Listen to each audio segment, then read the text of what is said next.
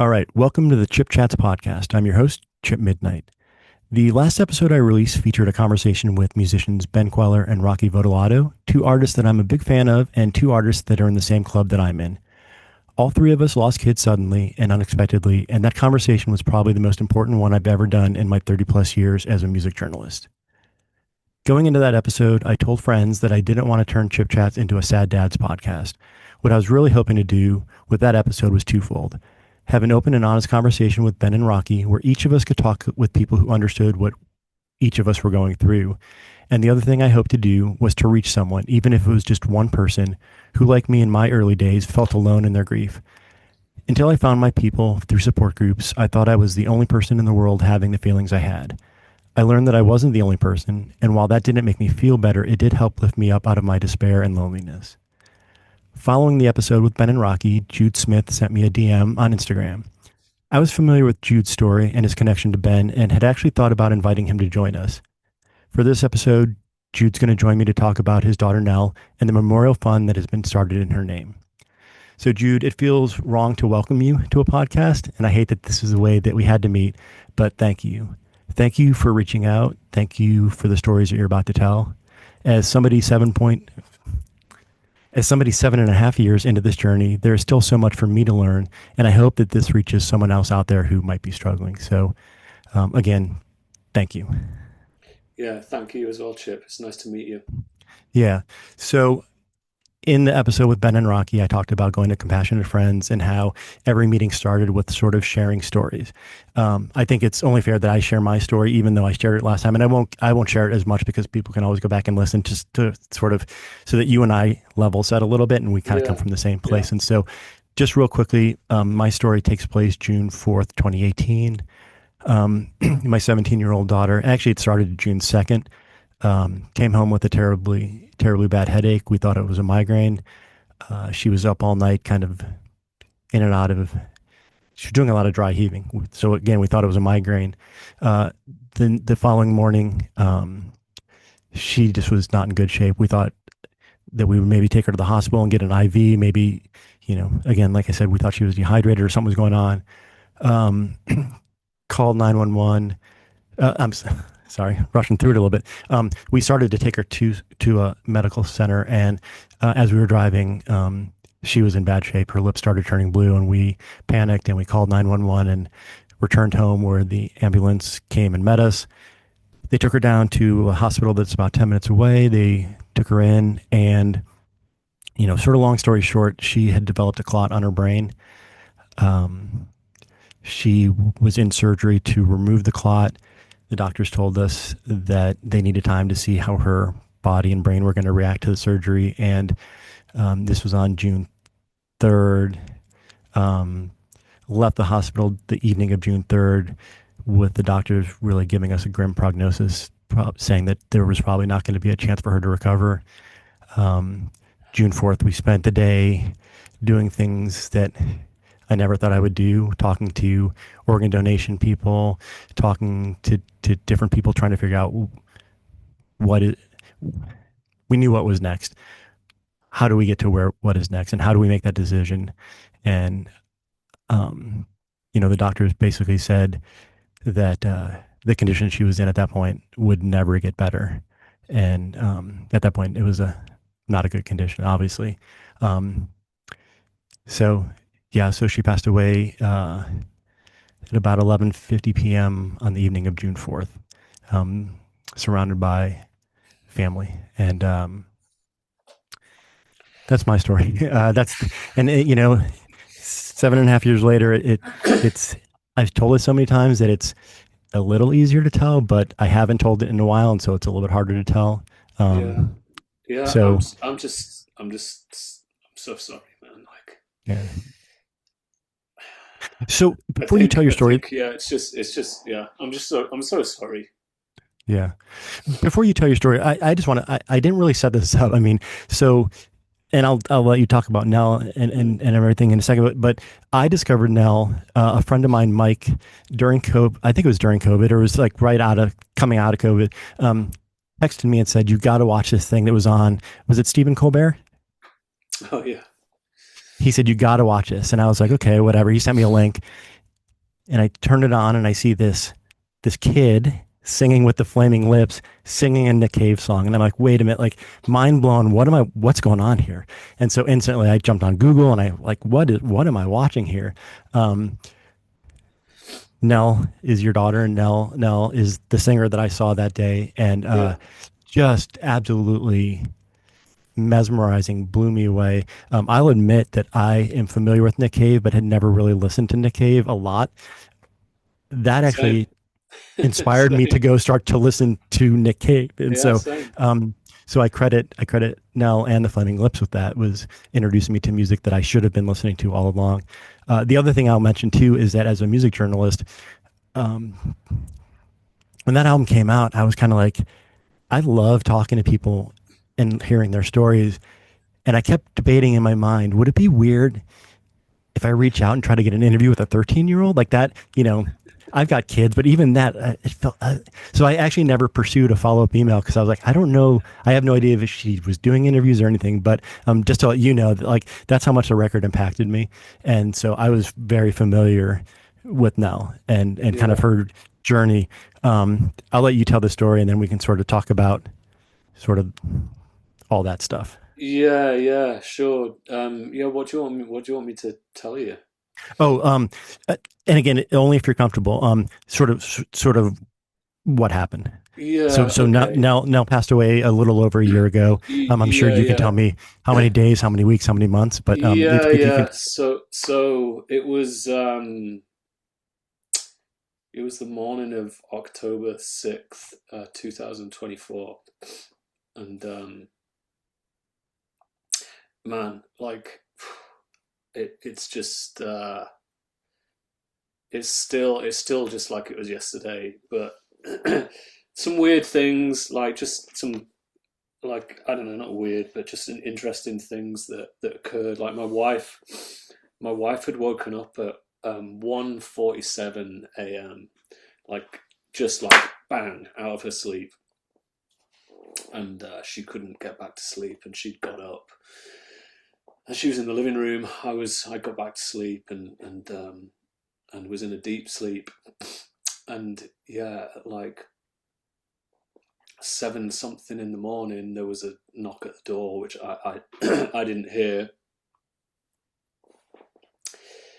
And what I did hear was my wife just, screaming. That's what woke me up. What woke me up was my wife saying, "Nell's died in a car crash." That's what woke me up that morning. And I kind of jumped out of bed, fell out of the bedroom, like, what's going on? What do you mean? And there were these two cops there, you know, unable to look you in the eye, and Rachel's kind of like just in this crazy shock, and I was just, like, the thing that I can remember about that first, I don't know, a few minutes, maybe seconds, minutes, I don't know, was I didn't feel any emotion. I was just like, I could not, I couldn't comprehend what was going on. So yeah, and then it just hit me like nothing you've ever experienced. And so yeah, that's how we got the news. But what had happened, she'd been working on an album, and it was all finished and mixed and mastered and ready to go. And she had gone. She was at college in a place called Nelson, which is about 3 hours drive from us, and she'd come back from Nelson to shoot a video um, on the 5th of October, which was like she'd already shot two videos, and this was the third video that was going to be shot for the release of the album. And she'd spent the day, shooting this video, and I didn't see her. I wasn't at the shoot, and it had gone really well. And I got a message from my friend who's the videographer, and he just said, "Oh man, this was really really fucking good. It was really cool. And I was just having a great time, and it was just a really really good shoot." then what happened was she'd gone to her friend's. It was a friend's birthday, so they'd gone to camp at the lake, and so she'd driven back down to her friend's birthday party down at the lake, and they were all camping. There was like 10 kids or something, having a bit of a party, and at like later on in the evening, well, I suppose not that late, but like 10 p.m. or something, she decided that she needed to go and see her boyfriend. I don't know what happened, if there'd been some kind of disagreement, I'm not sure. So off she went in a car, um, in the night, having only just really learned to drive. And, we didn't know she was planning on that journey. And her friends tried to persuade her not to. And off she went. And she forgot something. She came back and they tried to persuade her again just to stay. And off she went. And she drove like 2.5 hours. Her boyfriend lived in the other direction. And she never got there. She never got there. And like what happened, I will never know what happened. The road, the area that she was in was, it wasn't a spot where you would expect to have a crash. When it was late at night, it was dark, could have been animals on the road. Like, I've got a few scenarios in my head of what might have happened. It was on the crest of a hill. I wonder whether a vehicle was coming the other way and she got blinded and went off the road and they never knew what happened. Or she came over the brow of that hill and there was an animal there and she swerved to miss the animal. I suspect it's one of those two situations, really. And yeah, she swerved off the road and the vehicle rolled and she died instantly. She was just gone. Like, and the weird thing is, like, she was found at about 3 a.m. by a truck driver, but when the ambulance got there, they figured she'd been there for, or maybe it was a bit later than that. They found her.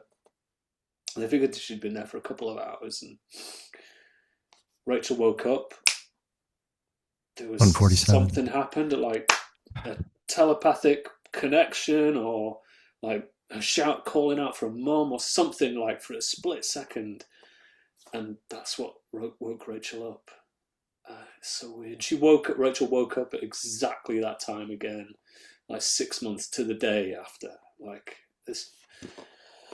So yeah, that's what happened. She was going to see her boyfriend, and she never got there, man. She never got there. As you know, because you heard, but when Ben, Rocky, and I talked, there's these things that seem unexplainable. I mean, the accident itself, but even the 147 thing, right? Things that until something like this happens that opens your eyes, you don't see this stuff in front of your face all the time. Yeah.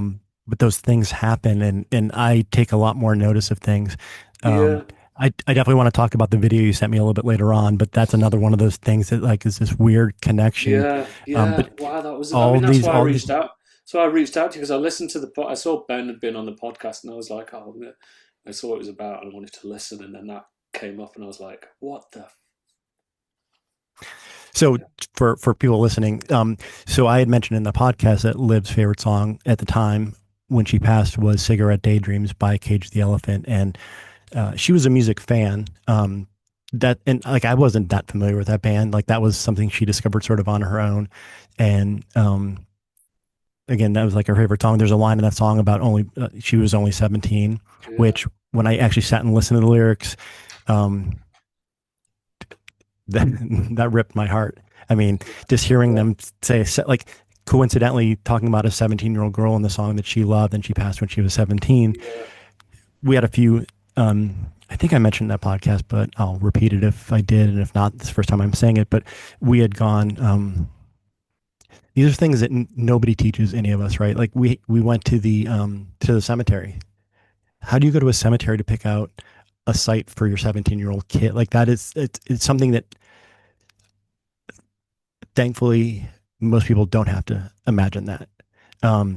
We went, but we took Liv's car, and my wife had Liv's phone in her pocket because my wife kind of held on to that, and the Bluetooth was in, and it had been enabled, and didn't realize it. We got in the car, we turn on the car, and Cigarette Daydream starts playing, and we think it's the sign, and it is a sign, but it was because it was playing in the phone in the car. Just it's so weird. And then I fast forward a year or two, and my wife's family has property up in kind of middle Ohio, kind of farm country, but they have this really neat plot of land. It's sort of part farm, but then it has a kind of a, it's not a forest, but like deep woods. And we go up there once or twice a year, and we go out into the woods and we have a picnic. And Liv loved it because there was this, it wasn't very high, but like a mountain's not the right word. It was like a little like 20-foot cliff. And my wife's cousin was very into teaching all the kids how to rappel up and down and do Mm. that thing. So we went about a year or two after Liv passed, just as a we need to get out of the house. We just need to Yeah. do something. It was during COVID. We went up there. We had Sirius XM at the time. We pull into the driveway of the farm of Liv's favorite place to spend. And as soon as we pull in, Cigarette Daydream starts. And my wife, my two daughters, and I, like, we all heard it. And it became the kind of thing where when you first hear it, not when you, after we got through all that shock, now when we hear it, we pretty much turn it as soon as we hear the first note. Yeah. But it's not like it gets played anymore. I mean, but that was Mm. rare. Like it got played a year or two after she passed. And we sat there and all of us started to cry. And then it was like, do we turn the car off or do we sit and listen? And I think we sat and listened to it for a little Yeah. while. Yeah. But I say all that because in this conversation you and I had back and forth, you sent me a video. Yeah. So the weird thing with that was, so I didn't know that song, Yeah. and we did a benefit for Nell's Memorial Fund in October just gone, and there were a few local bands played, and the idea was that they'd play some of Nell's favorite songs, and then one of her songs, and the band that she'd done some writing with, a Canadian band called Shred Kelly, who were just so nice to Nell when she was starting to write her own music and so helpful and supportive. They had put this spreadsheet together. Sage had put the spreadsheet together, and it was like who was performing and what songs are they going to do. And I was like looking at it, going, "Oh yeah, cool." And I was like, "What's that one? What's that one, Sage?" And she was like, "Oh, this was a song that Nell played to us the first time we met her when we wrote this song, but we hadn't met before, and so we decided that the cool thing to do would be to just play a few songs that we like." And that was the first song that Nell played, and we hadn't heard it, and we loved it.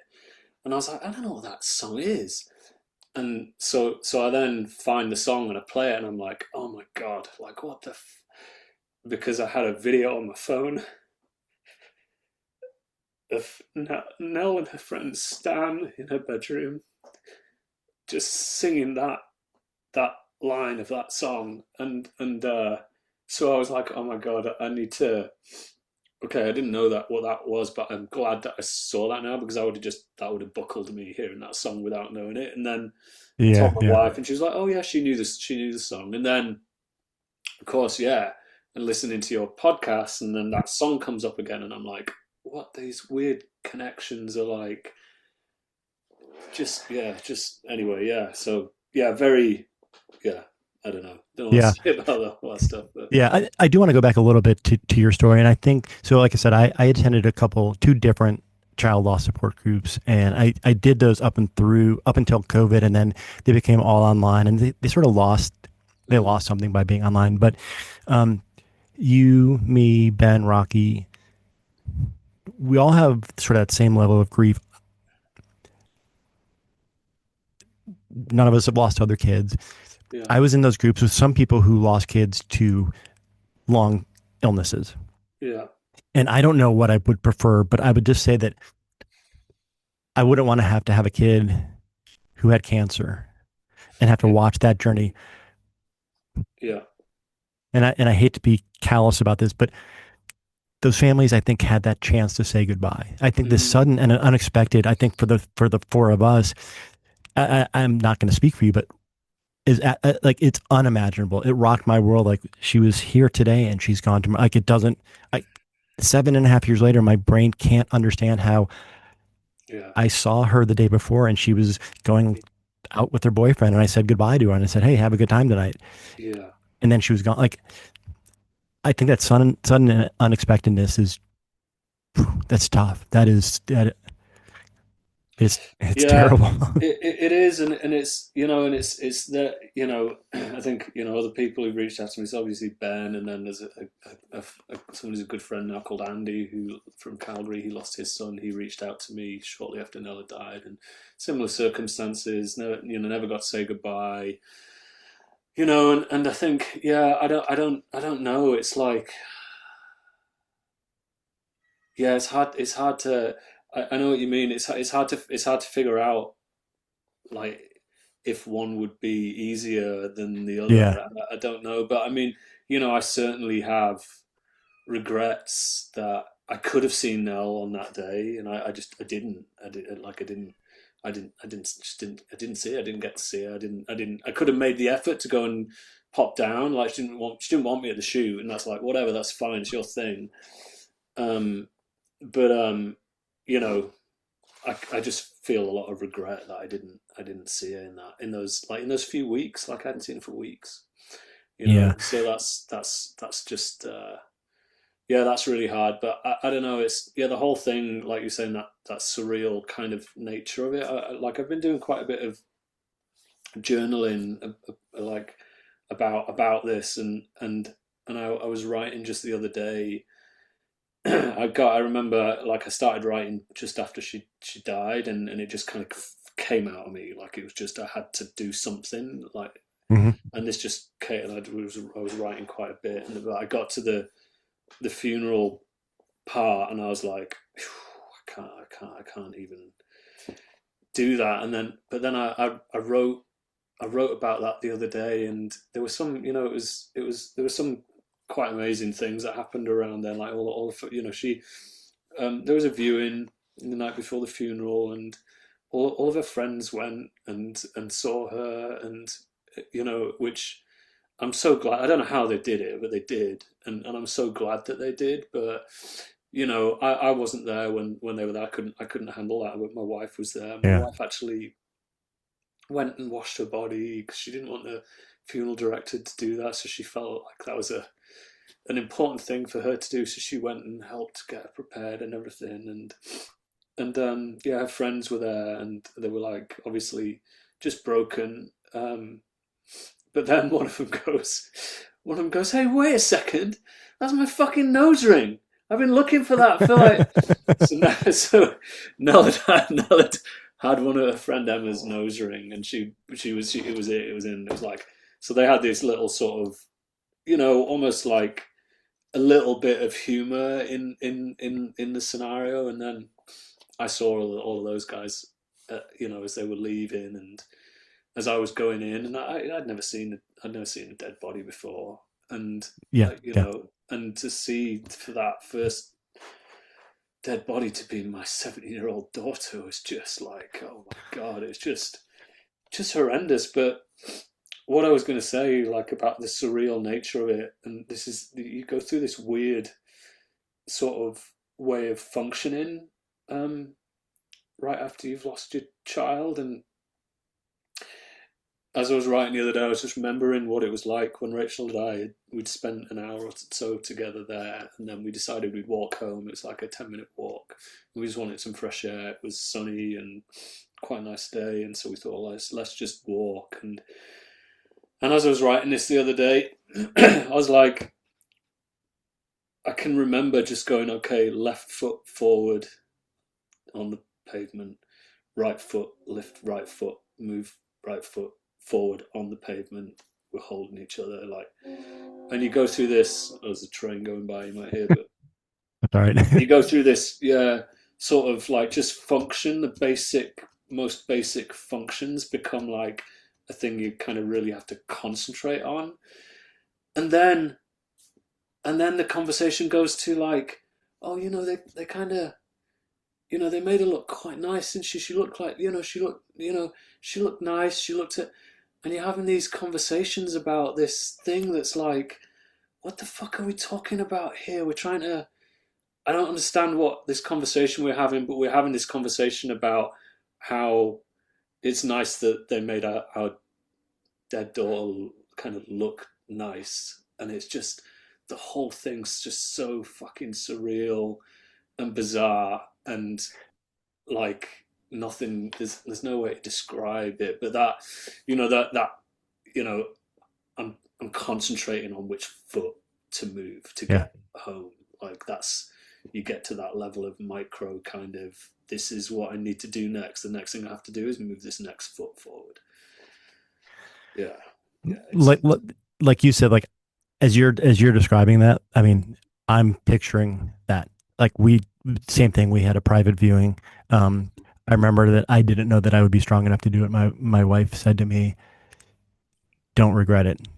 yeah, It's not how you want to see your 17-year-old daughter, but as tough as it is, you have to see her one more time." yeah, And I'm glad I decided to do that. yeah. Same. But again, We had the same thing. Yeah, you know, as you're expecting kids, you get all the books. Here's what to do when you have your kid. You don't get the book. Here's what happens. Here's what you should expect when you lose your kid. Like those books don't get written. And I don't know about you. I read a lot. I listened to a lot of grief podcasts, and um, uh, I keep hearing like our society doesn't know how to handle death. And who know? I don't know. I don't know if we do or we don't. You just never expect to see it being your kid. yeah, And I can't imagine a society, and maybe there are societies where that is a celebration but not for me, it yeah, wasn't. yeah, But yeah, yeah, yeah. No, like I said, we did the same thing.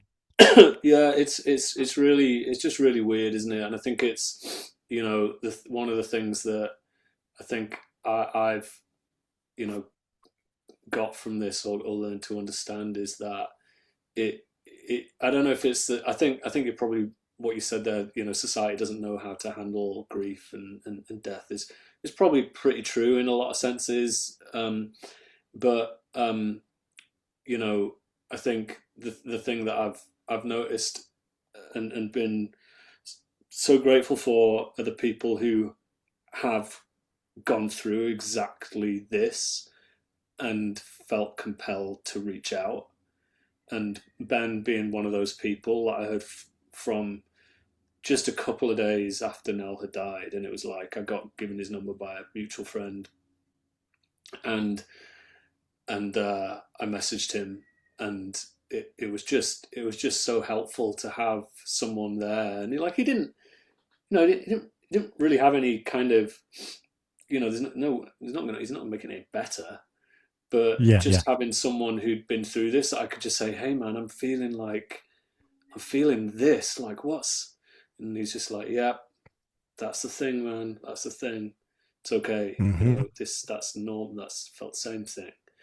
And Andy, you know, as well, those kind of connections were just really helpful, and I'm so grateful for that, because without that, it would have been an even worse experience. Just Yeah. having just a little bit of you know someone able to just kind of put their hand on your shoulder and tell you that this is normal. My cat's. Can you I hear my cat out there? Is that Yeah, okay? that's yeah, absolutely. Yeah. It's I, like I, meowing a I, I bit. no, that's good. I found myself sometimes not being able to cry at times where I should have cried. And then I'd be sitting at a red light, and I'd see the red light, and the red light I'd be like sitting at this red light, I'm not moving, and I would just break down. Yeah, And like the tears just hit me. Um, it happens now. I don't cry nearly as much 7.5 years later. It's usually about 3 or 4 times a year. yeah, I can usually tell it's after dinner, and when I'm washing dishes, I can feel like it's almost like I can feel a thunderstorm coming, and it'll be probably 2 or 3 hours later. But I know I know the days that I'm gonna cry, and it usually is never set off by anything. It's just that deep breath that I'm never gonna see my yeah, daughter again. yeah, yeah, yeah. I can relate Now, to that as well. Yeah, now again, that another connection, I suppose, is that both of us, our daughters were 17. yeah, Um, your daughter was off to college. My daughter had just finished her junior year of high school, In a sense, what made it a little easier, and of course, you know what I'm saying when I say easier, it's not easy at all, but Yeah. what made it a little bit easier is that she, in her junior year, had started dating this guy. She had a lot of friends. She was not home a lot. And so for the longest time, it wasn't so much, it was almost like just another evening at home. She's not here because she's out. Yeah. I never fooled myself into believing she'd come back in that door. I know some people believe that. I just, for to protect myself, I think my mind said she's out with friends and you're not going to see her for a while. She's out. She's at college. She's away. Um, and I just, that's how I sort of got through some of those days when I was like, it wasn't like she was my buddy who sat on the couch next to me all night and watched TV every single night. Like Yeah. I didn't see her a Yeah. whole lot that last Yeah. year. And so I think Yeah. that made it a little easier, to be honest. Yeah. I'm just gonna open the door and let the cat in because Yeah. she's gonna Yeah. keep Yeah. meowing. It's gonna drive her Yeah. crazy.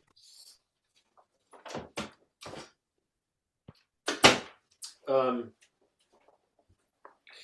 yeah, that's an interesting kind of subject as well, isn't it? That sort of thought of, you know, she's going to walk back through the door, I didn't have that. I didn't, you know, you hear people say about, you know, you just think it's a bad dream, and when you're going to wake up from this bad dream, and like, I didn't have that sort of feeling either. That it was a bad. I didn't wake up in the morning and go, oh, thought this was a bad dream. I just, you know, I'd wake up in the morning and just still kind of expect her to walk through the door Hmm. in a weird way, but I wasn't like I'm having this bad dream and I want someone to pinch me and wake up. I didn't sort of have that feeling. It's just that, you know, that relentless sort of reality, rather than like, so when someone going to wake me up from that this dream, it's like, oh, this is the new reality, like this just dragging feeling, like your blood feels like it's magnetic and you're getting sucked down to the floor by a magnet, and like the weight, Yeah.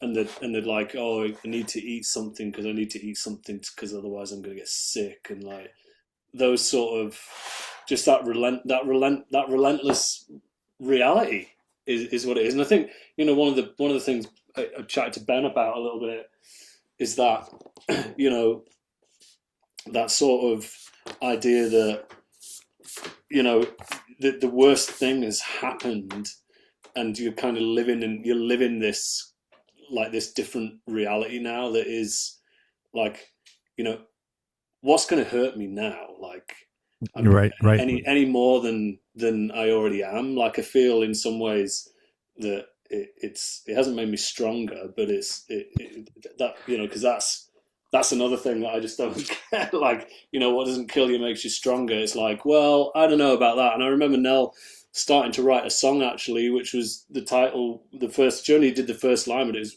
what doesn't kill you makes you weaker.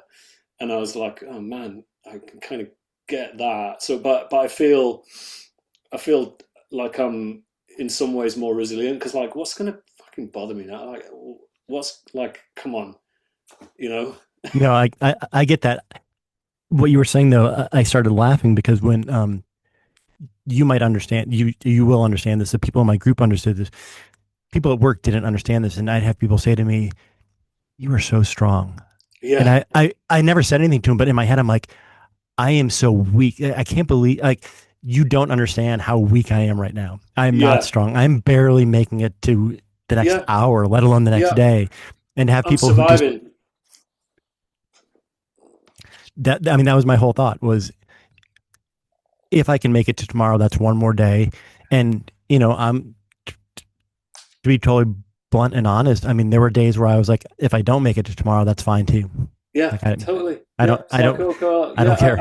I had the same thought, and you know, they are just thoughts. You know, I've got two other kids, and I would never, you know, want to not be here. But like, there were times when it's like, okay, I'm going to go to sleep, so maybe I won't wake up in the morning. That'd be kind of cool, you know, like that sort of thing. Because the waking up to the reality again is the thing. It's like, you know, it's not like who's going to wake me up from this nightmare. It's like, okay, I'm in this kind of different reality now that is.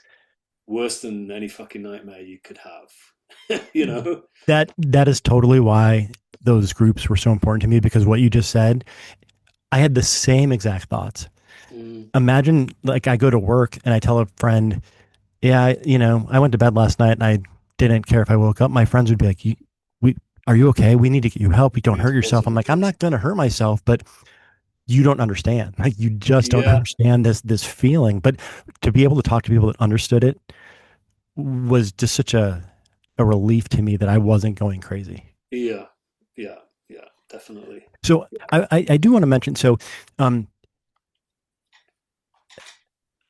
I'm always on the internet. Like I just read, and like so whenever like a celebrity passes, I would kind of, I wasn't trying to like beat anybody to the punch, but David Bowie passes away, and I email all my friends or I post on a message board David Bowie's, and Yeah, yeah, after losing my daughter, like it actually makes me mad when my friends post about celebrities, because I get mad. I'm like, you didn't know David Bowie. Why? Like, I understand that you're upset, but why are you put? So I don't do that anymore. I will say though that I remember I was scrolling through Reddit and I saw the Flaming Lips Reddit, and I saw the news about Nell, and my heart, as a parent who lost a kid, my heart sank. I mean, it was like reading that. I was like, please don't let that be true. Please don't let that be true. Please don't let other parents have to go through this. yeah, Maybe it's just a stupid rumor. Maybe somebody posted something yeah, dumb on yeah, Twitter. yeah, That's how I found out about it. And um, I didn't know you at the time. I only yeah, knew Nell's music, but just knowing that you were about to go through this journey that I'd been through, yeah, that was yeah. I know yeah, it's like yeah, I know what you mean. It's just inexplicable to think that someone else should have to deal with that. that's what I told my friend the first of my friends who showed up for the funeral. He got there early, and I the only real thing I remember about the funeral was saying to him, I can't change anything. Like, this is not a movie. I can't go back in time. Yeah, I will wear this on my shoulders for the rest of my life, and I will do so in the hopes that I will carry that weight so that you don't lose a kid. yeah, You yeah, know, I didn't know anybody that I knew one person that had lost a kid up to that, and it was somebody, a friend of mine who lost her kid to SID. So it was a young child. I didn't know mm, anybody like who lost a teenager, yeah, and I was like, so if we had to be the unluckiest lottery winner here, I hope none of my friends ever do. And then I within a year I Then you met two realize, people. It happens more often than you think. yeah, Not Thankfully, not regularly, but in my world, all of a sudden, I'm on a team at work of 10 people. And a year after I started my new job, my coworker lost his daughter. I'm like, how is that two wow, people on a small team within a year or two lost? Like, again, like I don't understand. Like the world doesn't make sense to me. Things don't make no, sense to me. no, no, it is, but it is more frequent than you think. Yeah. It's like, which is really, really, just horrible. But yeah, So that is, yeah, let's do a little let's do about a little bragging about Nell, right? So um the story I have since, even before you lost her, like I kind of read up on the story. So I was like, how does this girl end up hanging out with the Flaming Lips? Um and I know you posted like a 15-minute documentary that kind of walks through it, but can you tell people who may not be familiar with Nell's music kind yeah. of I can tell that you. journey? I'll start by telling you about Nell, because one of the weird things about this whole phenomenon that you and I are both going through, and Ben and Rocky and these folks, is that, like, it seems like these most of these kids who die young are kind of extraordinary, Yeah. and I can definitely see a little bit of that in all the stories that I've kind of come across. But there was Nell was from a very young age. She was an interesting kid. She was definitely a bit of a weirdo. but she was also very determined, and she was one of those annoying kids that's like just good at everything. So, she decided at quite a young age that she wanted to do triathlons, be a triathlete. So she started doing triathlons when she was like 6 or something like that, and she'd win the fucking triathlon.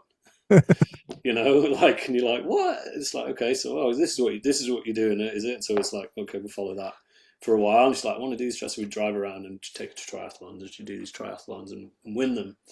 And then she's like, I want to. We live in a ski town, and she's like, I want to be like a free skier. Like, I want to be a competition. We're like, okay, like, we'll join the freestyle club. We do lessons. She gets good at that. She's doing big mountain competitions and like getting on the podium, and we're just like, holy shit. And I think around about that time, she was like, I want to get sponsored. And I was like, go and write a letter to this local ski shop and take it in, like, and maybe they'll get. And so she did. So she was like 8 or 9 at the time. So she wrote this letter, which is just beautiful. It's framed in the store there. Um, and and she just won them over, and they were like, "Oh," he's like, "I'll sponsor you." So she got like a few, free hats and like a few bits Yeah, and yeah. pieces. Just made her really happy. So, but I think at that point she kind of would realize that if she put her mind to something, then she could do it. But she'd never she was always into music, but we didn't have any idea that she was a good singer or anything like that Hmm. until she joined this singing group that was run by our friend Rachel. And like, I remember my wife, also called Rachel, and I went to the recital and sat at the back, and they're all singing. There's a group of them singing, and we're like, and they're all different. They're like 9, 10 year olds, and it's like, whoa, Yeah. it's really cute, but not many of them could sing, and which is kind of what makes it cute. But then we could just like, we're like, is that Nell, like the one with the. And we're like, yeah, I think it is. She's got a good voice. So we realized she could sing, and she followed these kind of music lessons and things, and kind of was really enjoying it. And then she'd always been she was always a huge Flaming Lips fan. Like, I play music in our house from the forever, and all Hmm. kinds of music, but she just latched onto the Lips, like, and played them all the time, and would listen to the podcast that they did.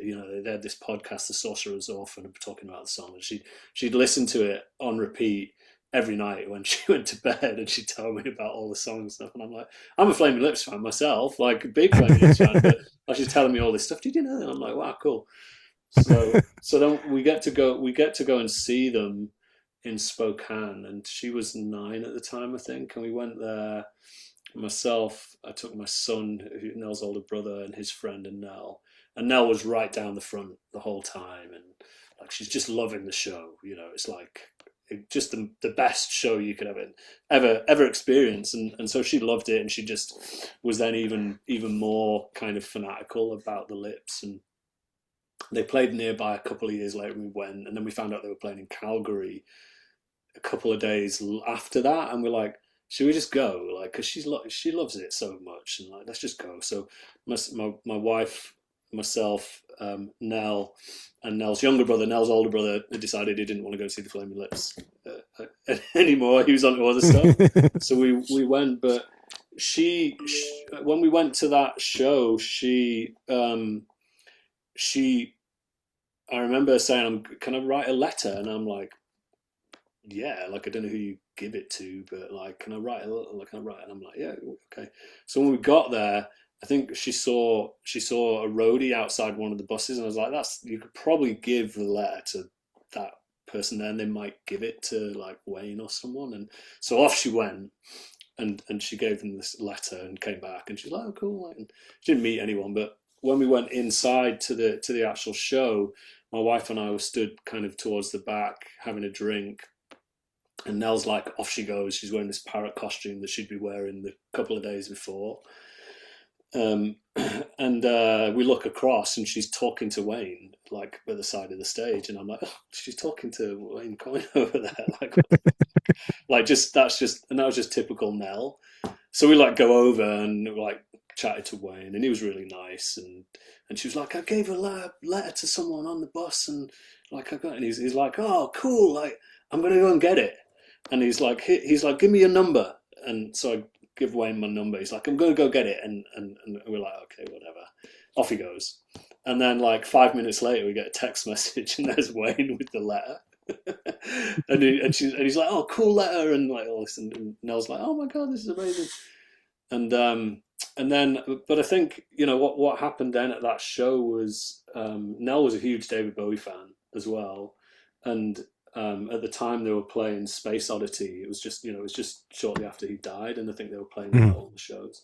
And Wayne had come out into the middle of the venue in his space bubble, and she knew that was going to happen, and like thinks she'd figured out like he's going off there, the bubble's like going to go, like we're going there, so she pulls me to the middle, and I'm like, okay, cool, and she's up on my shoulders, and over comes Wayne, and he stops in the middle on this like pedestal bit, and he's singing Space Oddity, and I've got my head down here because he's on my shoulders, and unbeknown to me, like they're singing to each other, like with their hand on the space, one side of the space bubble each in this song, and then off he goes back to the stage, and this guy taps me on the shoulder. He's like, dude, I've got this video, I'm going to send this video to you. And then he showed me the video, and I was like, holy shit, that was beautiful.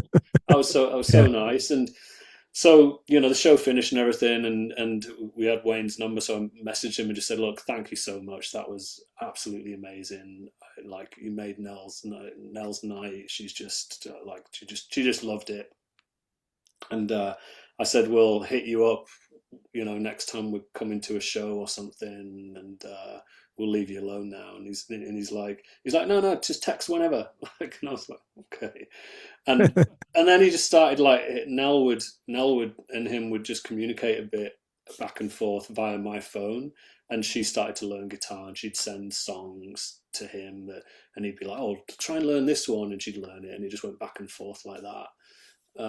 Until she started writing some of her own songs, and they were like, she had a knack for writing a melody, and she wrote this one, and Wayne said, well, why don't you send it down, and we'll maybe mess around with it or something. So we recorded it. Bear in mind, I know nothing about music production or anything like that, so it was like, okay, it was a YouTube video, we'll do this, we need to get this software, and then we'll record this. And anyway, we send it off down, and they messed around with this one song, which is actually on the song changed a bit, but the final version is on Nell's album Anxious that came out last year.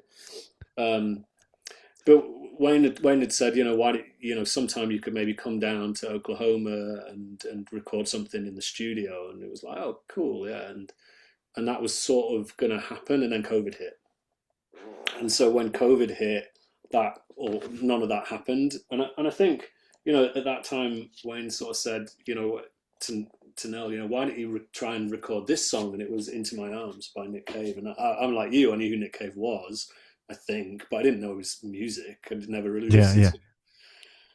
Anyway, Nell learned that and sent it down, and I feel like probably what had happened was that their touring had all been cancelled, and everyone's locked down and didn't have anything to do, and like it just feels like I think what happened was it was something fun for Wayne to do, and there's this kid who's really motivated and actually sounded fairly good, and was like, oh yeah, cool, I'll do that. And we're like sitting here at home with nothing to do, so he'd say, oh, why don't you do another one? And Nell would go off, and she'd listen to all these Nick Cave songs, and then she'd go, let's do this one, and I'd be like, okay, we'll try and do that one tomorrow, and we'd do that, and it just kind of went back and forth like that, and then so it was just fun. It was a really nice thing to have a focus during COVID for her and for me, like helping her, and I feel like what was happening at the other down in Oklahoma was, Wayne's kind of sitting there like all his plans to what he was going to be doing was cancelled, and he's like, well, I might as well just do this. This is fun. This sounds cool. It's a bit different, and that's kind of how it happened. I can remember one day though, she's playing this song, and I'd started to listen to some Nick Cave at that stage, and she's playing Jubilee Street, and she's playing it actually on that guitar right there, which was given to her by a friend of ours, and so she's playing the riff, like she'd learned the riff, and she's playing it like loop, like on and on. She's playing it for like freaking hours and hours, and it's like, oh my God, it's like getting a bit annoying now, but Oh yeah, yeah, just beautiful. But then I'm like, okay, well, if you want to do that one, and then I read the lyrics to it, and I was like, no, you're not doing that one. You're not doing yeah, that yeah, one. yeah. That was not for a 14-year-old girl to sing. Yeah. So that one was shelved. So I mean, another, I don't know, another universe thing. I mean, Nick Cave has lost two kids. Yeah. I mean, it's just like, Wayne could have suggested Uh, any other band, right? And yeah. it's just Well, the weird thing. unexplainable. Well, the weird thing there, Chip, as well. A few like weird things. Not, I don't know if they're weird, but a few things that are kind of interesting is like when they recorded "Girl in Amber." Um, I don't know if you know the history of that song, of the writing of that song. It's quite interesting because I think that Nick Cave wrote that before his son had died, and and then realized it was about his wife after their son had died, and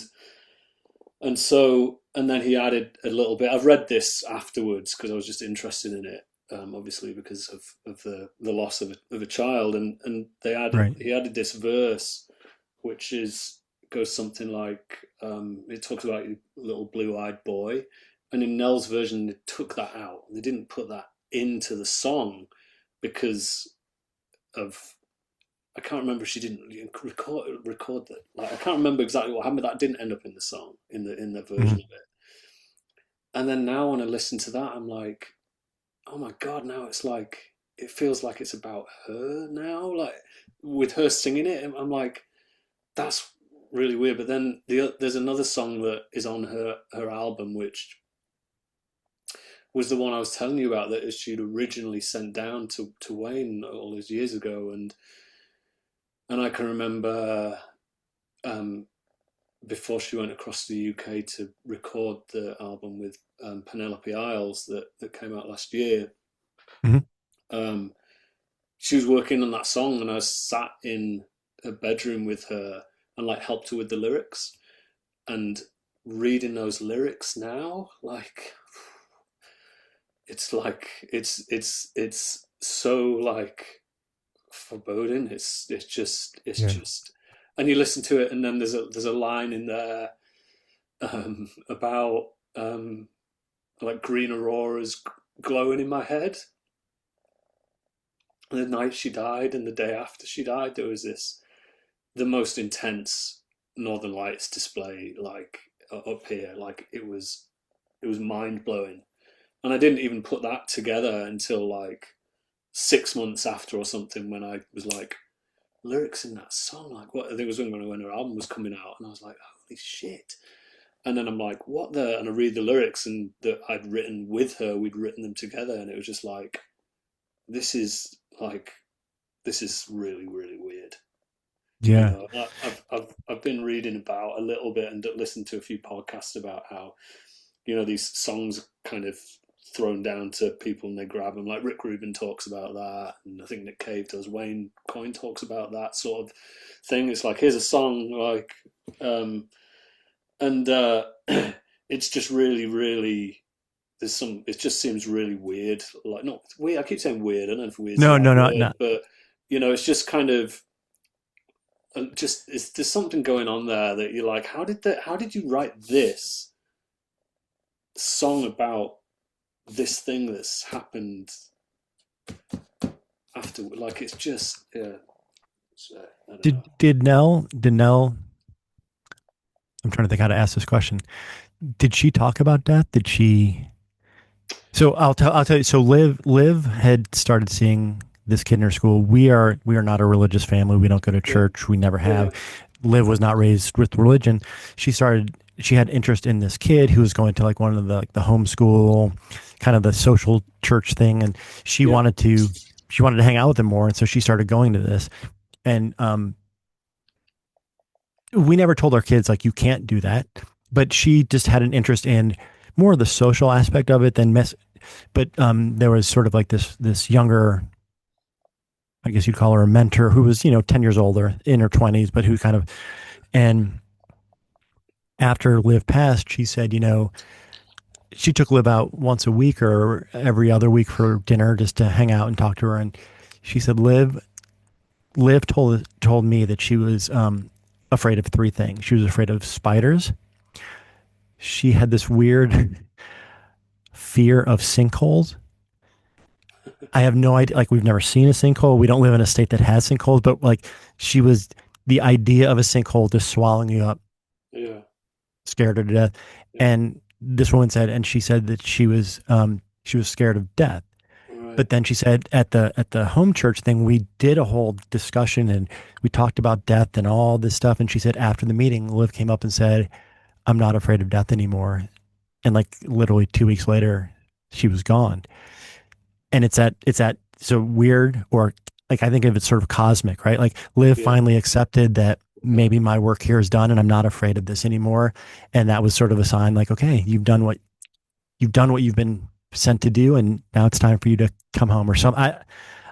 It's just one of those things that like I can't really wrap my head around. But the fact that her Yeah. her mentor told us that story and said that Mm. she distinctly said, "I'm not afraid of death anymore." Yeah. I mean, I can relate to that part of it because I'm not. I'm no Yeah, longer afraid of that at all. I'm not a yeah, religious person. I'm definitely quite spiritual and probably more so now. But yeah, I have no fear of that anymore. Like, just gone. It's like, okay, well, when whatever happens or whatever comes, I'm going to be like, okay, well, let's see what this is like. yeah, yeah. So, but no, I don't think. Yeah, she never really talked about that, but it's. I think one of the things that I think a parallel with when we got chatting to Ben and his wife Liz about them losing Dorian and how we lost Nell, and it's just so many parallels in those two stories. And I think lots of young people, it was like, I know Dorian was kind of almost feverishly working on stuff and songs, and I've got to do this and got to do that, and Nell was kind of she's finishing off stuff for her album, and it's all doing the last thing the day before, and it was purposeful journey to come and do that, and like there's so I kind of part of what I try and um, you know convince myself of, or come to terms with, is like you know this was her journey. This is how long she had, Mhm. and holy shit, man, she was 17, but the stuff she got to do, like in that 17 years, and particularly in the last few years, was like it was kind of like I remember saying to her, Nell, like this isn't kind of this doesn't most people don't get to do this stuff. Like, this is cool. Like, drink it in, because like Mhm. this is freaking cool, and you're very, very lucky to be able to do this with the fucking band that you listen to every night since you were 7 years old. Like, Yeah. I'm like, that doesn't happen. So like, so when I think of that, and I'm gradually kind of coming to terms with, and trying to be able to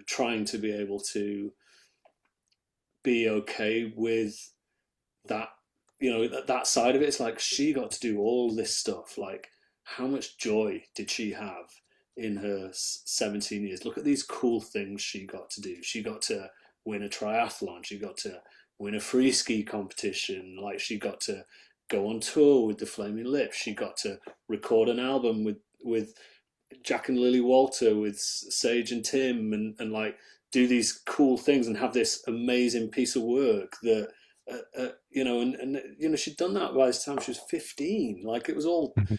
she recorded that album when she was 15, and she got to meet these wonderful people, Jack and Lily Walter, who and from the band Penelope Isles, brother and sister from they're in Brighton, and like we did a show.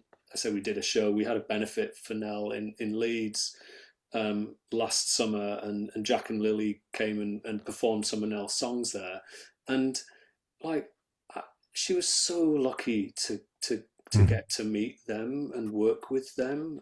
They're just the nicest people. Like Simon Raymond, who's the head of Bella Union, Mhm. introduced them and was like, I think Nell should work with these guys. And man, like, it was absolutely 100% right. Like, it was just so, so I am kind of trying to sort of, when I can, focus on that side of things, like on her life more than the loss. I mean, the Yeah. thing that the thing that for me is that has been the heaviest thing to to bear and come to terms with is all the stuff she didn't get to do. Like she got to do all that, I've just said, like I'm kind of introducing Yeah. myself here, but she got to do all this incredible stuff that people work their whole lives towards and never get to do. Like some people get to play in the pub on an open mic or something like that. They don't get to stand on stage in LA in front of 2,500 people and sing stuff with your favorite band. So she's got to do all that stuff. But Yeah. I don't know, going on holiday with a boyfriend, going traveling to Southeast Asia, having a fancy meal out or whatever, these sort of things. It's like, shit, man, like she didn't get to do that stuff. She just didn't get to the chance to do that stuff that we should all get the chance to do those cool things. And like, that for me is that's the heaviest loss. It's like I feel obviously the loss myself of losing my daughter, but I'm like, she just didn't get to do that stuff, man. Like it's just not fair. In those groups that I went to, that was often a sentiment was, to be selfish, we got robbed. We got robbed of seeing our kids get to do this stuff. Yeah, Every parent expects to see their kid graduate high school, graduate college, get yeah, married, have kids, get a job, buy their first house, and like you said, like all this stuff, and then that just comes to it. And I feel similar. I I definitely pushed Liv more into the interviewing bands thing. She did it for fun to start with because she really just wanted to meet a band or two. And after we did the first band or two, she was like, "Well, I'll do this more if you want." And I'm the one that sort of went like, "If you want to do it, like let's do it." In 2 years, she interviewed 200 and some odd bands. I've been writing since 1991, and it took me probably 15 years to interview. I'm like, you've interviewed more bands in 2 years than I did in probably 10 to 15 or 20 years. I don't think she loved it. And she, by the time she quit to be a teenager, I don't want to say she resented it, but she wasn't having a lot of fun mm, because I was going for quantity.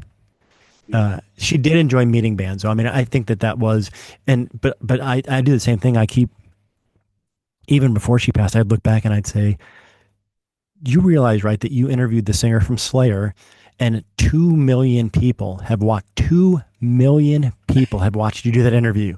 And for the dad, I'm like that, I, I've never written anything that has gotten any sort of attention. You did a 3-minute interview with the guy that has 2 million, or it was a million or whatever it was. I'm like, does that blow your mind? And she, like, that number's too big for her to understand. yeah, You know what I mean? It wasn't like she was embarrassed, but she was kind of like, that many people who I don't know have seen that. I'm like, yeah, but that's the beauty in it, is you've given happiness to people who can't believe that this little girl is interviewing the singer from this heavy metal band. yeah, Um, yeah, and I yeah. went like, that was one thing I sort of wanted. I was hoping that, like, not that she'd become a journalist, because I don't think, like I said, at the end, she wasn't all that interested, but I hope that I taught her to, and I think it was her spirit, but this helped a little bit, I think, is to not judge people by their looks or Mm. whatever. Like, I took her and she interviewed like Insane Clown Posse, and I'm like, you're going to go interview these guys who are like, they wear makeup and they're evil clown guys who sing bad songs, but don't be afraid, because it's all, I'm like, it's like Halloween. They're dressing up. They're not Yeah, scary, really scary clown yeah. guys. And she didn't think anything different of them, which that's the kind of kid she was, period. But I think that that helped too, was also teaching her that somebody might have tattoos, might have piercings, might be whatever, Yeah. but they're just people. That's a good lesson. That's a good lesson. Yeah. Definitely. I think that would have definitely meant a lot to her and helped shape her in that way. Yeah. I think that's cool. Yeah. Yeah. Yeah, So let's talk about, I remember. I can remember when Nell would when she was doing shows with the Lips, and she didn't want to she didn't really want to hang out with me. Like I was there, like the chaperone guy, or whatever, and I'm in out there watching in the crowd and stuff, and she'd she'd disappear afterwards, and I'd be like, no, like you're 14, you can't really like where are you? What do you? She's like, I'm just going down. I'm going to go down the front and watch the rest of the show. I'm like, okay, like there's some weirdos down there, like the good weirdos, but like which weirdos are you going to be with? And she'd be like, I'm yeah. going to go. There's a guy called Alan who goes to tons of Flaming Lip shows dressed as Santa Claus. And like we met him, and she's like, and there was someone called Amy who'd go to these shows, and she'd follow them around as well. She's like, I'm going to go and hang out with them, and I'm like, okay, you can go and hang out with those weirdos because they're fine. And like I'd like be looking down, like where is she? I'm like, there's there, yeah, she's down, she's down there with Yeah. them. So it was kind of nice. I used to enjoy that. She'd be down there like, don't come with me, Dad. I'm gonna be Yeah. okay. Yeah. Yeah. Yeah. Let's talk about the benefits. So, um, Yeah, uh, coming out. So when Liv passed, a coworker started a GoFundMe because I think people don't know what to do. That's not in the handbook, right? yeah. We can drop off food, but I don't know if you experienced this. Like we had so much food and none of my family wanted to eat. Mm, You mentioned it earlier, like you have to force yourself. Like I haven't eaten in a day and a half or 2 days. I probably should yeah, eat something. yeah, We ended up throwing so much food out, and my coworker basically said, I'm not going to start a meal train or anything for you. Like, let's just get you some money so that you don't have to worry about whatever you have to worry about. We ended up taking that money, and we did use some of it towards funerals and stuff, but we started a scholarship at the high school. oh, um, nice. I would say Lib was like she wasn't a terrible student. She was like a C student. um, That's a pretty very good similar student. That's very like similar to me. that's a good student. That's kind of where I was. Very similar to me. And in fact, that sort of drove me a little crazy about her because I saw tendencies. I am a last minute miss a deadline kind of guy. If I have something to do at midnight, I push it until 3 in the morning until somebody emails me and says, I thought I was going to get this at midnight. And she was the same way in school. And I would watch it and I'd be like, you don't want to be like me when you get older. You've got to do stuff earlier. Um, so the idea behind the scholarship, and the other thing is she was a really good artist. She loved art. Oh, Uh, cool. her teacher would reach out and say, Liv's going to fail this quarter. And we're like, but she likes art. And she's like, but she doesn't turn stuff in. We would go talk to her and she would have all this stuff under her bed and she'd say, it's not good enough to turn in. Yeah, And we're like, but you got to turn it in. If you don't turn it in, you get a zero. If you turn it in and it's not good enough, you get some credit. After she passed, we basically discovered all this art she had in her room. We've got it all hung up and framed. But part of the scholarship was for kids who needed that push, who had an artistic, who weren't the best students, who needed that little push, who would do something creative. And we didn't even say that it had to go to college. Like if you wanted to use the money to do something, yeah, um, part of the essay was you had to uh, like Liv just seemed to always find the kids who needed somebody to be there for them, and she was that person. And so we yeah, like you had to write an essay like how are you a good person and how do you help others. You had to turn something creative, and I don't know that we looked at the grades, but we've been doing that now for we start so we had quite a bit of money in the GoFundMe, so we did that. I think we're stopping it this year because it's now turned into a competition. Like all the kids who apply for it apply for every other scholarship. They're all yeah, yeah, 4.5 students who are all going to a school, and they're like, I'm just trying to help my parents financial burden. I'm like, you probably, so I think we're going to find a new way to use Yeah, that money, but yeah, we had this money and we wanted to do something positive with it.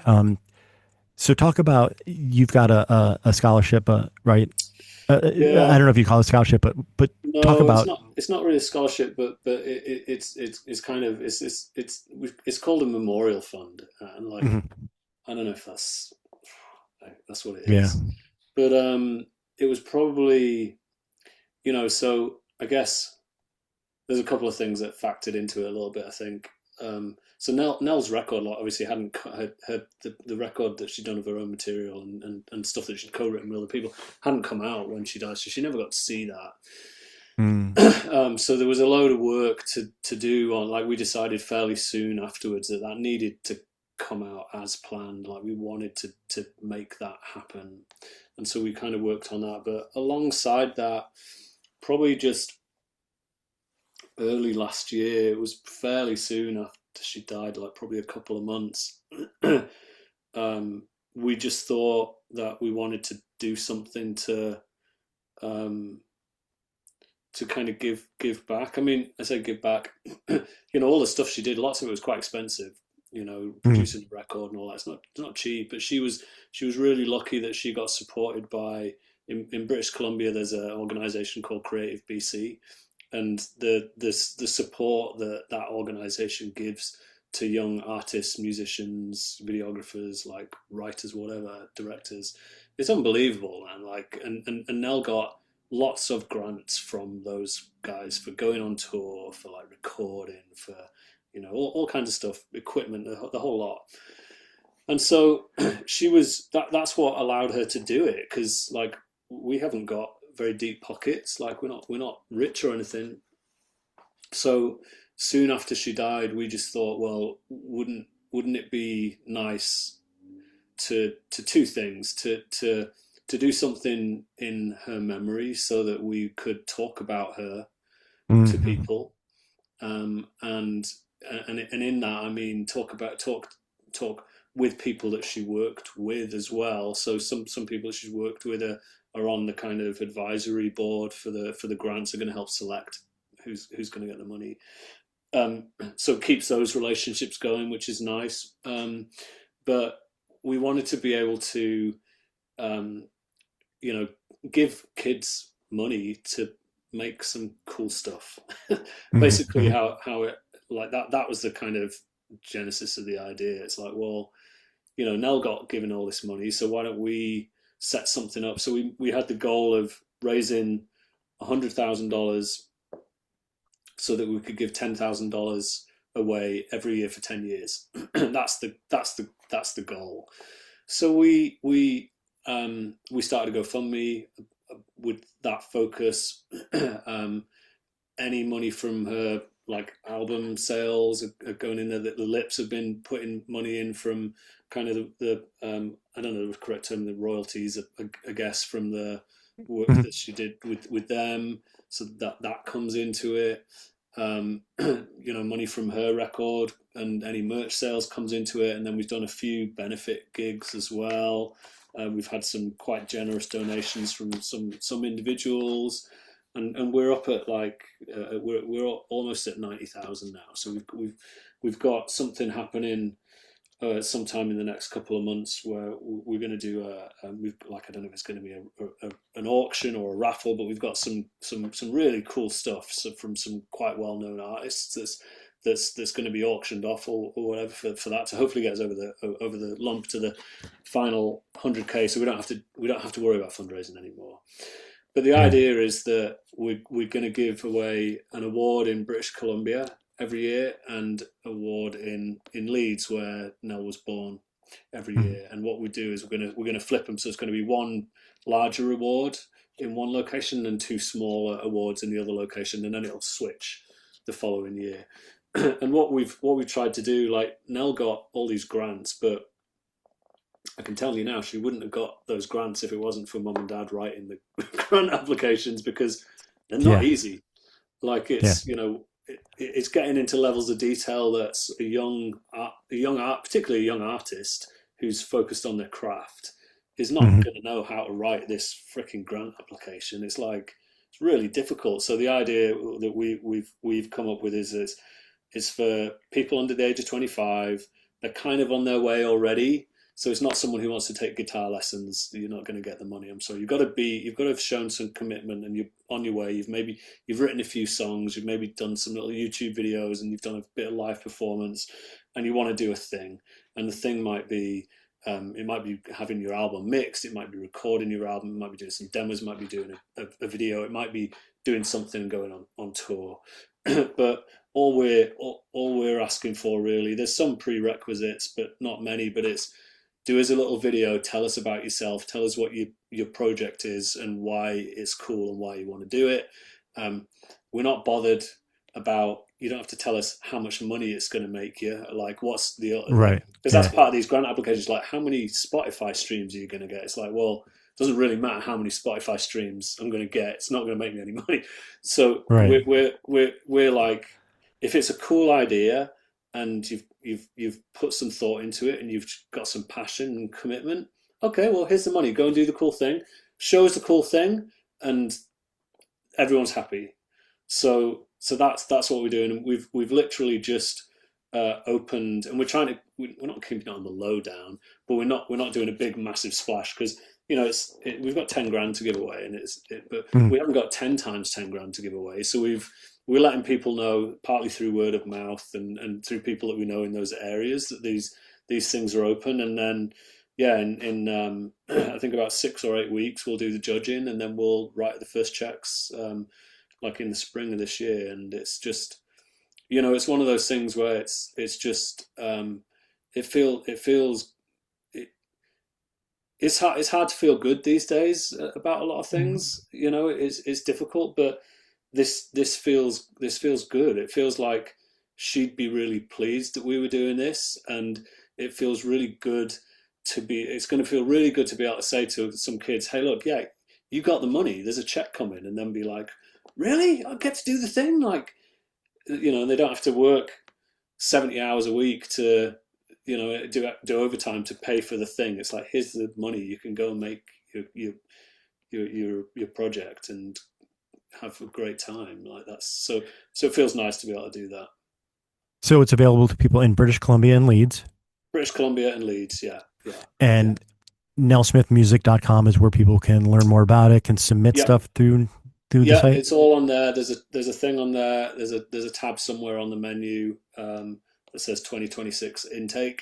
You just go in there, and they can go to Nell's social media and look on there. There's information there, and they can send a DM or whatever if anyone's got any questions. But yeah, it feels good to have that happening. And there's so many people have helped with that, like my friend Jeff in the UK, and tons of other people have been really, really helpful. The people that are on the board, Sage and Tanya and Alex, who's the videographer that did all Nell's videos, and obviously my wife Rachel. It's just been nice to have a focus, because as you'll know, like that first year, 2 year, 3, however, like it's just like, what can I focus on? Like I can't do the same stuff anymore. Like I don't know what I need, So you're a little over a year since you lost her. I don't know if your experience was the same as mine. The first year I feel like my body and my brain protected me from things. And I actually felt like the second year, and I hate to tell you this, for me, the second year was harder. I've heard that other people say that, yeah. It just felt, you get through the first Christmas, the first Halloween, the first whatever you get through that first year, and your body just I couldn't, like, we didn't celebrate Christmas. We live in Ohio. We went to Florida. We didn't trade gifts. We went to the beach on Christmas Day, not because it was a fun thing to do, because we didn't want to have the memories of cold, snow, Christmas tree. So we didn't put up a tree. We didn't exchange gifts. Yeah. But then you start to you kind of thaw out of that, and you come into, now you can't do that you could, but you don't do that every Christmas. And now in the second year, now you're hit with that Christmas, and now you're like, we didn't do it last year. Like, what do we do now? So our Christmases are definitely scaled down than what they were Um, when did Liv die? What time of year was it? You it mentioned was it, but summer. It was 2 weeks after school, so June, and yeah, okay, so yeah, and I don't know how you feel like uh, June 4th, and again, yeah, weird kind of not weird cosmic things. She passed on June 4th. Her birthday was November 4th. So, um, what is that? 6'4", 11'4", and then her name was Olivia, but she went by Liv, and Liv in Roman numerals, LIV are Roman numerals, and that is 54. So my wife actually has a tattoo that says 6'4" or 5'4", 6'4", 11'4", because the fours kind of line up as the kind of the common number between her birth, her passing, and her name. yeah. Um, just one of those weird things. Yeah, those patterns are odd. I mean, it's interesting you said, and then like, so you're basically saying that the second year was harder because you've got these things to do again that you now know is kind of That's when to me it really hit. The yeah, first year you're living in that surreal, like, I can't believe she's not here. I can't believe, how are we going to get through it? And then the second year is, she's not here. We got to get through it. yeah, And now that's when I felt like I missed her. I was more awakened, and that's when yeah, I thought it was a yeah. tougher year. Yeah, I mean it's yeah, I don't know, it's yeah, it's weird. Like so Nell was yeah, so Nell died in October and you know, we got two other kids. Ike is he was 13 at the time and my son Jed, who's 20. And we did Christmas that first year. Yeah. And I think because we were still in so much shock. Like my mum Hmm. had just my you know my parents and Rachel's parents. Well, my mum and Rachel's parents came over and they stayed with us for a few weeks, and then my mum stayed for longer, and so she'd gone. I think it was November, like November. My mum went maybe or mid-November, and then it was like Christmas, and we just sort of I feel like we were still in shock, and so it's like, oh, it's Christmas, so we've got to do Christmas, so let's go and get a tree. And you know where we live, it's you go and cut a tree down, like it's in the Yeah. middle of Yeah. Yeah. middle of nowhere. And so we went and did that, and that was a different experience because that was the family thing that we do. We go and do so. We did Yeah. that, and then it's like put the tree up, and it's like okay, and we wrap the presents, and then we open the presents, and we cook the dinner, and we do the, and it was just like you know, I think Rachel and I were just like I remember exchanging glances with her throughout the day, and we were just like, just hang in there, just hang on, just Yeah. hang on, just hang on, just hang on. And then it gets to it gets to Christmas dinner, and it's like I can't do any more hanging on now. And it was just we all just sat there, and it was just like what is this now? Like what is this? Yeah. So Yeah. Yeah. yeah, it was hard. If, And then this last year we I don't know. It's just it's weird. Like, and we're not like this at all. We're not, But this year it feels like I looked under the Christmas tree, and it's like, what the? How many? Like, why is there so many gifts here? Like, mhm. what are we doing? And it was all stuff that we bought for each other. Like, and there was just this huge pile of stuff, and it was like and I just remember just going, have we just tried to, what are we doing? We're just trying to fill the subconsciously trying to fill the hole with like stuff, like because it's not filled. It's like Right. you can't, you still can't see the bottom of the freaking hole. Doesn't matter how many presents you put under the tree. And so we had this weird Christmas, which again was, it was difficult again, difficult in a Hmm. different way. But I think because we'd the year before we'd gone, okay, we're doing Christmas. It's like, okay, well, we still got the Christmas. It's still a thing. So it's going to be something that we continue to struggle through. But yeah, I hear what you're saying, and I think Ben and Liz and their son Judah went away this year for Christmas for that reason, because it's like, let's just get the hell out of here and go and do Yeah. something. And so I can see why you did that. And yeah, probably We not the also best. we also, I'm trying to remember if we have done this since we lost Liv, at least for the first couple of years. Um, when we did, my in-laws live 2 blocks from us, and so holidays we always spend time. And as part of holiday tradition is like to do the family photo. Like my daughters didn't want to do a family photo if their sister couldn't be there, so I don't know that the four of us have a family photo. We've had a Mm, few where like grandparents are in it, but just our four family, the girls just they just don't think it's right to have a family photo without Liv in it. yeah. So It's weird, isn't it? It's just a weird phenomenon. You reminded me actually, Liv, the name Liv. So another person who reached out to me,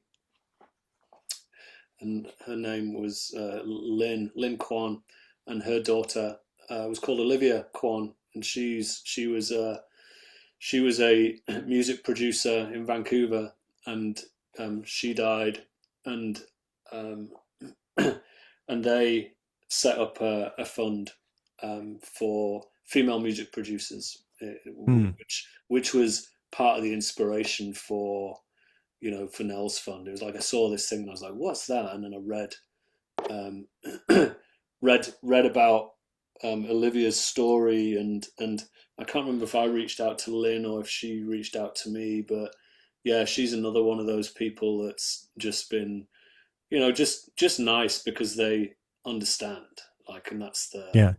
you just have these connections with people because it's like I know what you're feeling, man, like it's and I can't do anything about it, but I know, and that's like it's a connection that you have, isn't it? It's like it's I said that powerful, in the like it's powerful in a lot of ways because it's I can't have this I could not have this conversation that we're having today with someone that didn't understand this in the way right. that you do, like, and I hear everything that you're saying and I'm like, I get it, man, like I get it, Yeah. like That's what I said this in the last podcast. When I went to those groups, I would often say to the people in the groups, I hate the fact that I know all of you, but yeah, I'm so glad that I know all of you. yeah, yeah.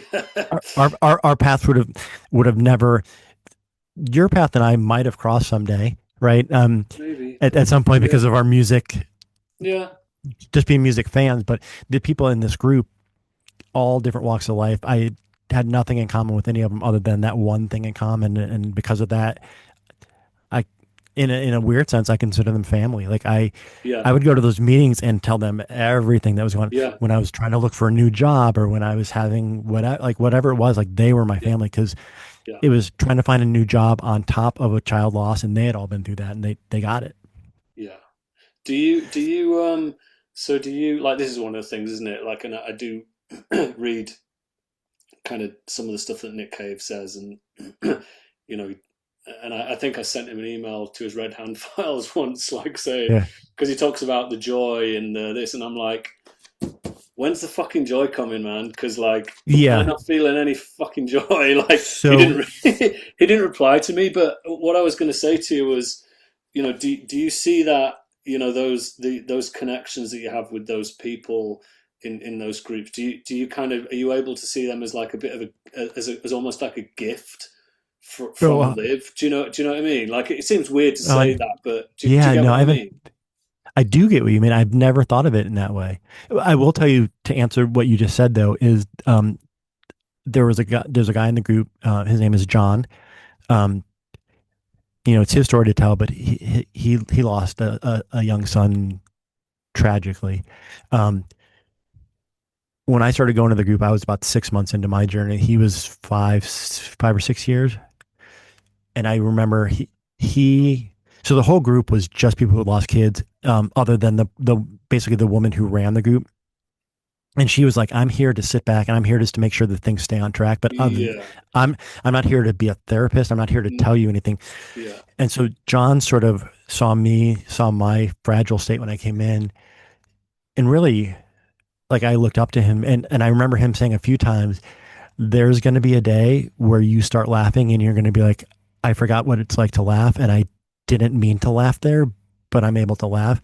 And at that time, I was like, "Never going to happen. I'm never going to laugh again. I'm never going to be happy again." And I would say, for me, it was probably our whole thing was complicated by COVID, right? So we lost Liv in 2018. COVID happened in 2020, and so everything. This is terrible to say, but COVID wasn't a blessing. But what it did do was allow everybody to be in the same situation, and I didn't have to feel like I had to put on a show for people. I didn't feel like Yeah. I had to obligations of going to Yeah. friends' parties or Oh to man. dinners with happy hours after work because nobody Small could do it. talk. Small And talk. I sort of like that. I'm like, I need a year of Yeah. nothing. I just need Yeah. a year that, and when we come back out, no longer am I the guy who lost his kid who's coming to a show. I'm just the guy who's like, we've all been in our basements for the last 2 years. It's so good to see you, whether you lost a kid or not. Like the losing a kid thing had almost gotten forgotten after COVID. So it was weird, but I would say I tell people that I sort of felt like that I saw the light around the corner at about 3 or 4 years. And I feel like I'm finally like, I've taken that turn around the corner where I see the light again. But Right. it was not an overnight thing. And I was in the position you were in when I started going to those groups, and I would hear the people who were further along. That's why I kept going. Cause I'm like, I'm not going to make it. And they would say, you're going to make it.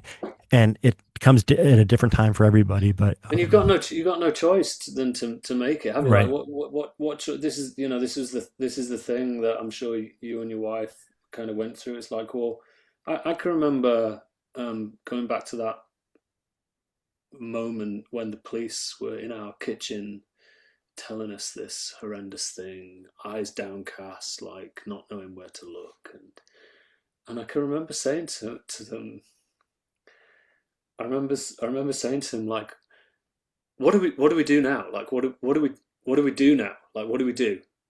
Mm-hmm. And one of them said to me, well, you call the coroner's office and you do, and I'm like, no. I'm like, what do I do? Yeah. Yeah. Like what do I do? Like what do I fucking do? Because that is not what, like, calling the coroner. That's not an answer. That's not an answer. Where's the person who's going to give me the answer? Like what do I do? It's like a fucking biggest question you've ever had in your life, and it's one that no one can answer. And it's And like like, I was saying earlier, there's books about how to have a kid, but there's no books to lose a kid. Like what, yeah, yeah, yeah. Nothing I, you wouldn't like, you know, unless you were in a situation where you had a child who had a terminal disease, you wouldn't go right. into the library and pick one of those books off the shelf and go, I'm just going to read this, like Yeah. just. Just a casual And weekend then it's read. like, oh Yeah. hey, I know. Okay, well, I know what to do because I read the book. Like, let's. Do you remember the book that I got last year? Let's sit down. We'll just revisit the book, and then it's gonna be fine. Yeah. It's Do like, you, so you've got two other kids. I've got two other kids. yeah. Did you find that you became a more protective parent? Oh, So I'll tell you, um, we had planned a vacation before we had planned a summer vacation. My stepmom lived in New Mexico, and we had planned it months in advance. And so we were supposed to go in July and live past June 4th.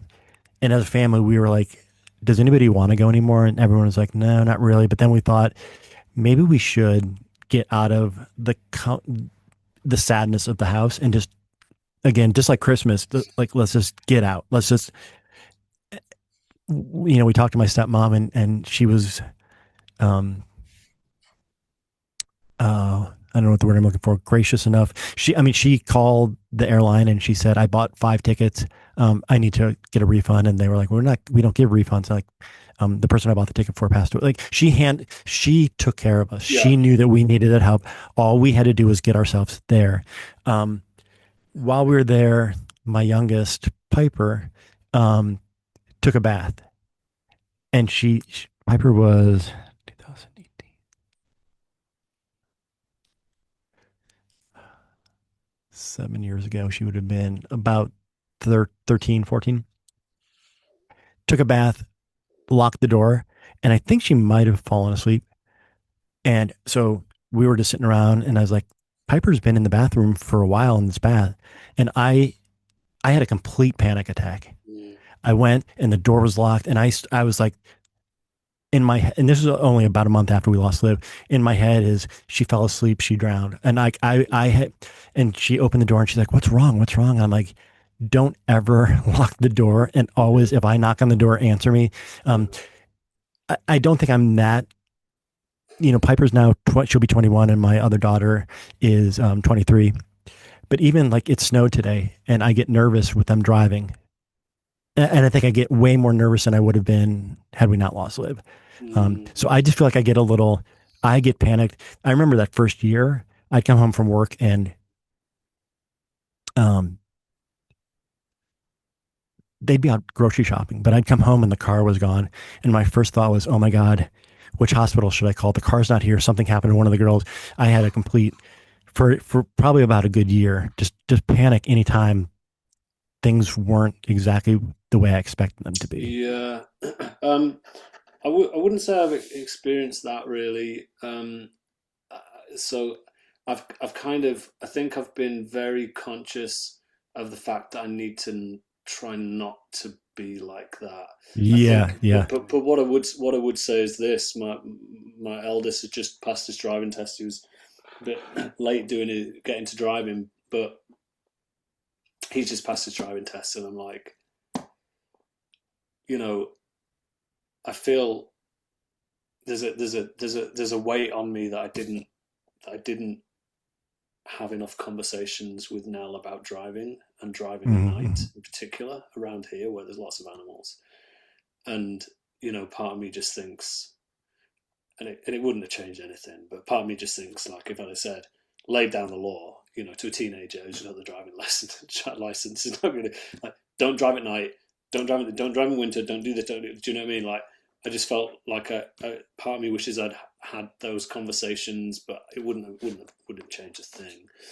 But Yeah, my eldest has just passed his driving license, and I am a little bit, well, more than a little bit worried about him driving, particularly at night. But so is he. yeah, yeah, He's like I don't want to drive at night. I'm scared of driving at night. I'm like, okay, well, you don't need to drive at night then. If you're going to drive at night, drive around in place to place in town. Don't go out of town. Like that's a good decision. yeah, So yeah, so that I think in that context of driving, like the whole driving thing is just we just the amount of kids that lose their lives in car yeah, accidents when they're young is just like and it's not like a huge number or anything, but it is. I can think of quite a few just around here over the last few years prior to Nell dying hmm and since Nell has died of kids that have been in fatal car accidents, and ben, it's like ben and Rocky. I mean, those guys also. I yeah, mean, yeah, yeah. It's um, just drive these tin cans around, and like they're not very safe, are they? if that we get to know her, and so that's a true kind of credit to you and your family for, I'm sure a lot of parents stifle their kids, or you'll never be able to do that, so why bother? But yeah, Yeah, thanks, Chip. That's really kind, and I feel exactly the same. I'm so sorry that we've met, yeah, but yeah, I'm also happy that we've met, and yeah, I think one thing that Rachel and I do keep coming back to and feel privileged, um, even though I can't watch it or listen to it like you with live stuff, which yeah, there's a lot of the time when people lose their kids, they don't have this stuff that is there, like and we've all got thousands of photos now because of our phones, right, but some of the other stuff, and to have like two records that she's created, I just feel really privileged to that. And it's but again, that's another weird thing. It's like these kids, like you think of Dorian, and I don't know if you've listened to any of his music, but you should because yeah, it's really good. yeah, yeah, um you know I'm sure that Ben and Liz feel lucky to have that. And then um, Lynn and her husband in Vancouver, whose daughter was a producer, she's got like a really big body of work. You've got all the videos that Liv did, and at some point, you know, maybe you'll be able to watch them, and maybe I'll be able to listen to Nell's music again, and at that point, I'll be even more grateful that those things exist. At the moment, they're just, you know, it's an LP sitting on the shelf that I look at and don't listen Yeah. to. But at some point, I'm going to listen to it and feel really happy, I think. Yeah. Like I said, I think everybody listening should definitely check it out. Um, get a feel for who Nell was and enjoy the music. And so again, thank you so much for sharing Thank everything we you. did. I know it's never easy to share this kind of stuff, and so thank you for just being open Yeah. and honest and vulnerable and talking about all this stuff. I do hope that somebody hears this and kind of take away this conversation and do something. And Me even too. people who, you know, you had mentioned earlier, I had a Twitter friend. Uh, we traded likes and comments with each other. Never, we had a lot of mutual people. He lived up in Michigan. Never knew that. Only knew him by his screen name. After Liv passed, he reached out, and for me, he was a and continues to this day to be somebody who is not a family member or directly in my life, but who I can just open up. And Yeah. he's become one of my best friends. And I actually had a chance to meet him. We went on vacation in Michigan. We made it a point to stop and actually meet up and get coffee and donuts with him. But just having so even if you have not been through this terrible, terrible thing, if you're listening to this and you know somebody, I can at least speak for myself. Reach out to people, especially if you know someone who's lost someone. Reach out to them because it means so much to us. Totally. Um, we're always happy. I, I'm always happy to talk about my kids and happy yeah. to talk about what people want to know. And Yeah. you keeps my daughter's spirit alive. And so, Yeah. um, Yeah, I think it's sorry, I know we're going on here a bit, but you know, it's quite interesting what you said there because I think for me it was like really interesting the people that came into focus and the mm-hmm, people that mm-hmm, went out of focus. And some of the people that came into focus, I didn't expect to come into focus, and it was like, okay, right, like, all right, this is it. This is interesting. And funnily enough, some of these all lots of them felt like Nell was orchestrating them actually. But some yeah, people yeah, came into focus, and someone who Nell met, you know, through the stuff that she was doing, would send me songs and just check in with me, and it was just it just felt really nice. And then but then on the other side, it's like, why's that person gone out of focus? And it's just because they don't know how to deal with it, you know. And there's some people that right, know right. how to deal with it, and some people that don't. But it's kind of interesting, these people that have always been there and now they're not there anymore.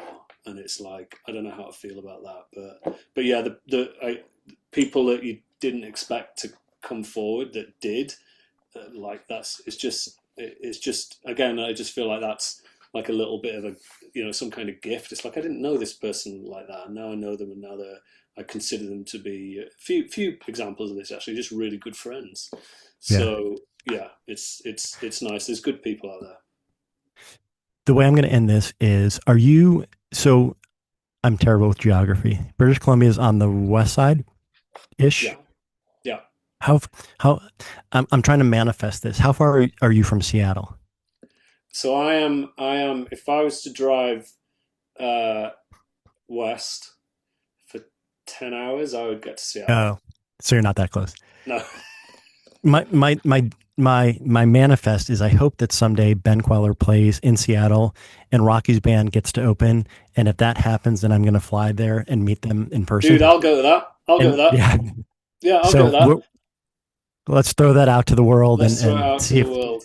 Yeah, I'll go to that. see We if, were we were going to go and see, because we've not met Ben and Liz, and he was on tour last year, and he was playing in Vancouver, which is also like I'm on the east side of British Columbia, like, oh, okay. so I'm as far east as you can get pretty much in BC. But they were in Vancouver, but it was like 3 days after we got back from the UK, and Hmm. it was Nell's birthday, and it was like, we just can't do that. And I really wanted to go and see them because I just wanted to give Ben and Liz a hug and say thank you. Yeah. Yep. Yep. and if it had been any other time, we would have been there. So yeah, let's do that. Let's meet up at a We'll Ben make it Kweller happen. and Rocky show. Let's do it. I jokingly started off by saying, not jokingly, that I didn't want this to be a sad dads podcast, but that can be a sad dads getting together, enjoying Yeah, music, and enjoying each other's company. yeah, So man. Let's do we'll it. make it happen. All right. I'm there. Let's do it.